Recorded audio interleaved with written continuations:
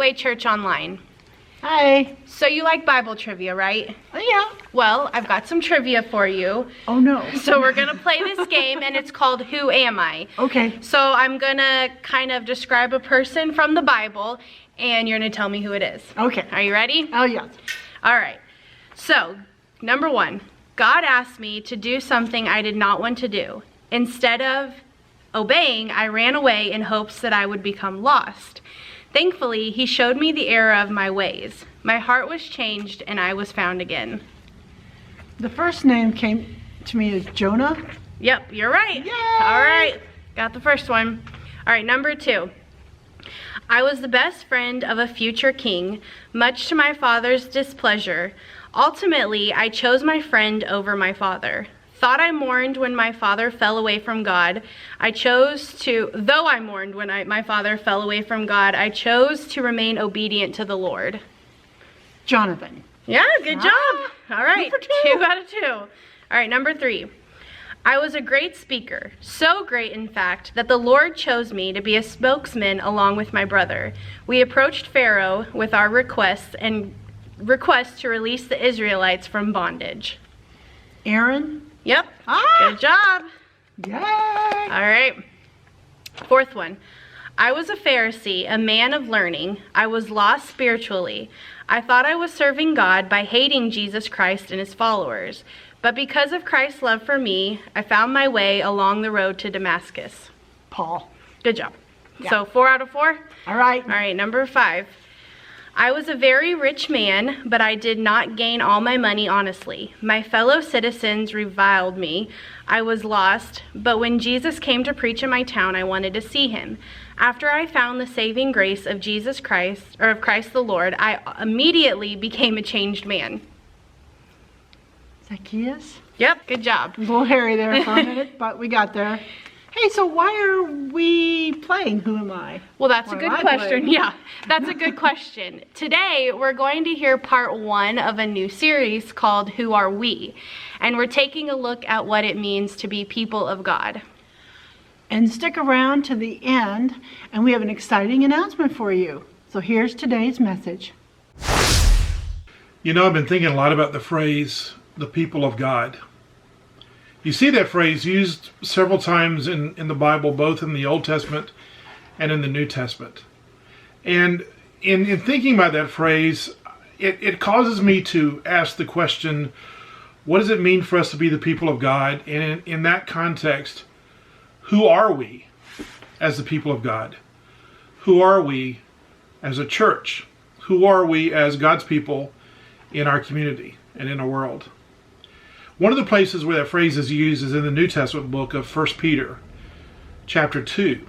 And I want to read some verses from that chapter today. 1 Peter chapter 2, beginning in verse 9.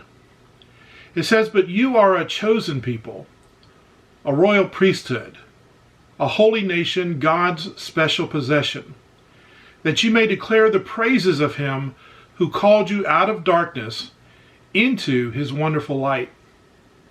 Once you were not a people, but now you are the people of God. Once you had not received mercy, but now you have received mercy. Dear friends, I urge you, as foreigners and exiles, to abstain from sinful desires which wage war against your soul. Live such good lives among the pagans that, though they accuse you of doing wrong, they may see your good deeds and glorify God on the day he visits us."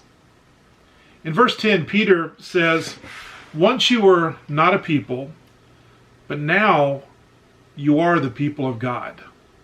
So what does it mean for us to be the people of God? Today I want us to focus on verse 9, where I believe Peter gives us a definition of what it means to be the people of God. And in verse 9 he says, "You are a chosen people, a royal priesthood, a holy nation, God's special possession." And so in this definition, he gives us these 4 different images of what it means to be a people of God. He says that we are a chosen people. We are chosen by God. Back in the Old Testament, book of Deuteronomy, chapter 7, It says that you are a people holy to the Lord your God. The Lord your God has chosen you out of all the peoples on the face of the earth to be his people, his treasured possession. Then Paul in the New Testament in Ephesians 1 says that he chose us in him before the creation of the world. We've been chosen by God. Now God chooses for all of us to be a part of his family. God chooses for all of us to be his people. So there's a response that has come from us as well, but all of this starts with God choosing us, with God reaching out to us, with God loving us. We are a chosen people. In his definition, Peter also says that we are a royal priesthood.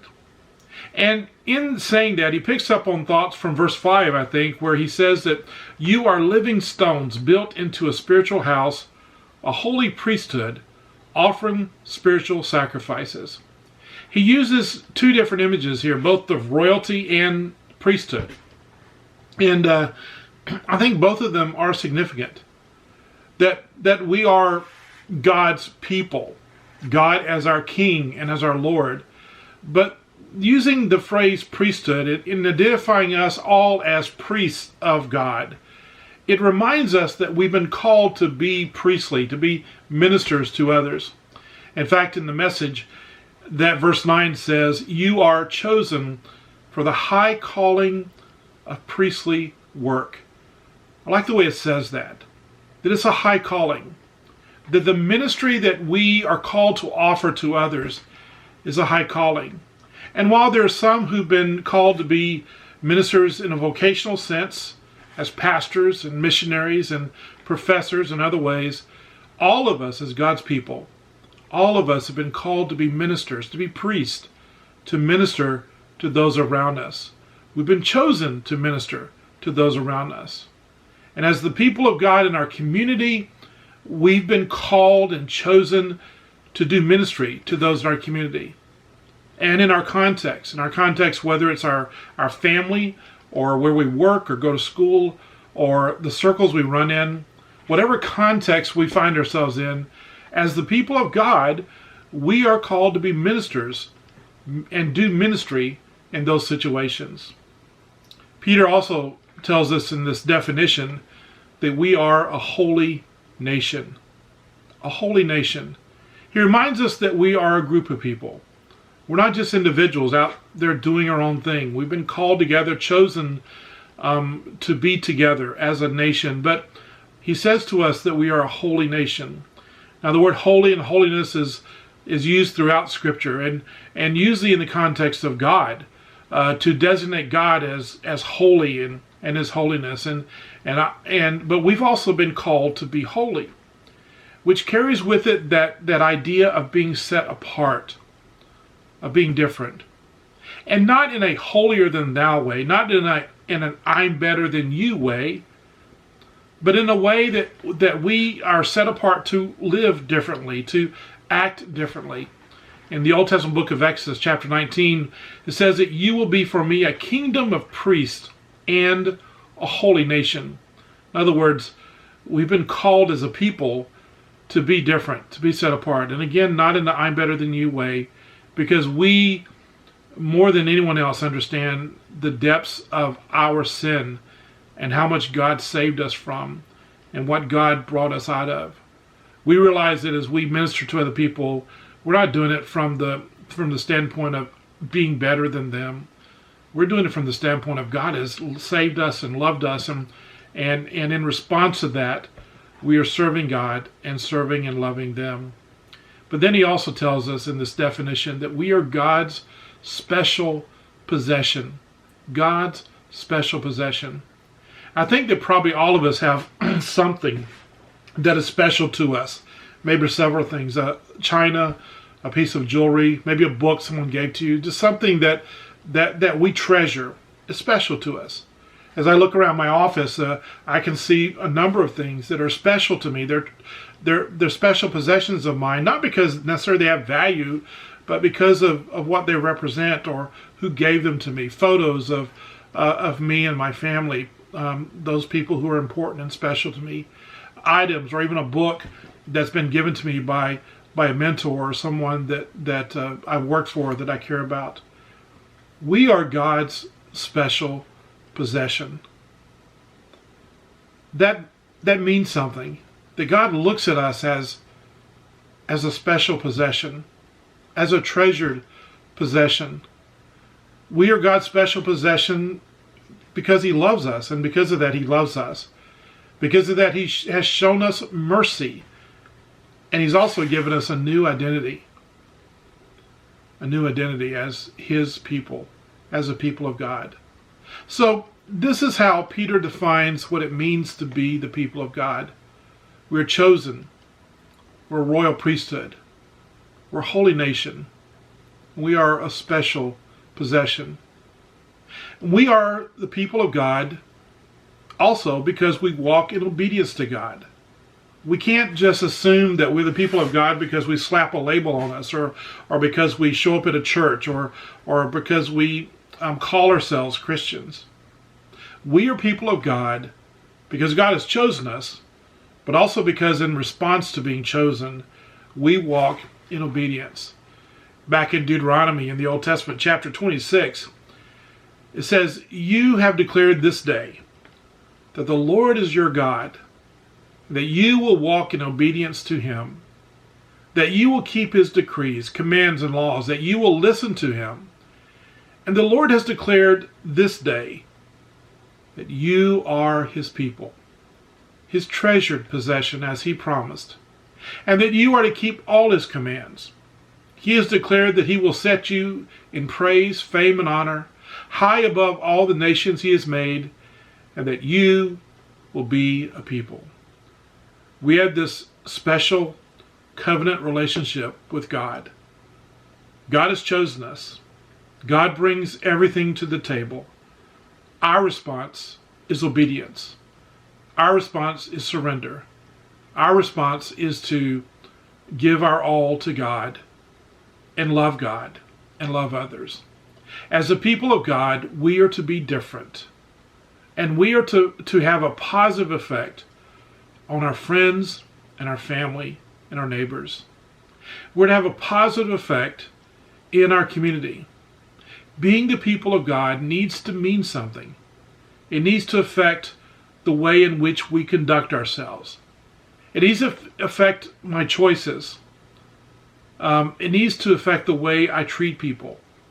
It needs to affect the way I live my life. Peter tells us, once you were not a people, but now you are the people of God. I challenge you this week to go and live in your community, in your context, in your home, as the people of God. It's going to be interesting to think through what it means to be the people of God. Well, today we learned that as people of God, we are chosen and set apart and called to minister to those around us. One way to grow as a people of God is through Bible study and Bible reading, which leads to our special announcement. In February, we will launch our new online school of discipleship. This is a partnership with other churches where we will be providing weekly, live, real-time virtual instruction. We begin with 3 classes. Everyday Christian, making time and space for God. Seamless, understanding the Bible as one complete story, and this is for the women, and how to study the Bible. These classes are a great way to grow spiritually and connect with other Christians. So check out the link to the registration form. It'll be in the description box below, and sign up for one or more of these new classes. Thanks again for joining us today for Gateway Church Online. We hope you have a great week. See you next time. Thank you for joining us for this week's edition of Gateway Church Online. Our goal is to connect to God and to each other. We invite you to connect to God this week through specific times of prayer and Bible reading. And we invite you to connect with us by commenting below or completing the online connection card, which you can find at the link below. We really want to hear from you. You can also connect with us by sending an email to gatewaytalihina@gmail.com. Gateway Church Online is a weekly ministry of Gateway Church of the Nazarene in Talihina, Oklahoma. We will post a new edition each Monday. Also, we gather for in-person services each Sunday at 10:45 a.m. If you would like to give and support the ministry of our church both locally and globally, there are a few different ways to do that. Please check out the giving information in the description below. Thank you and have a blessed week.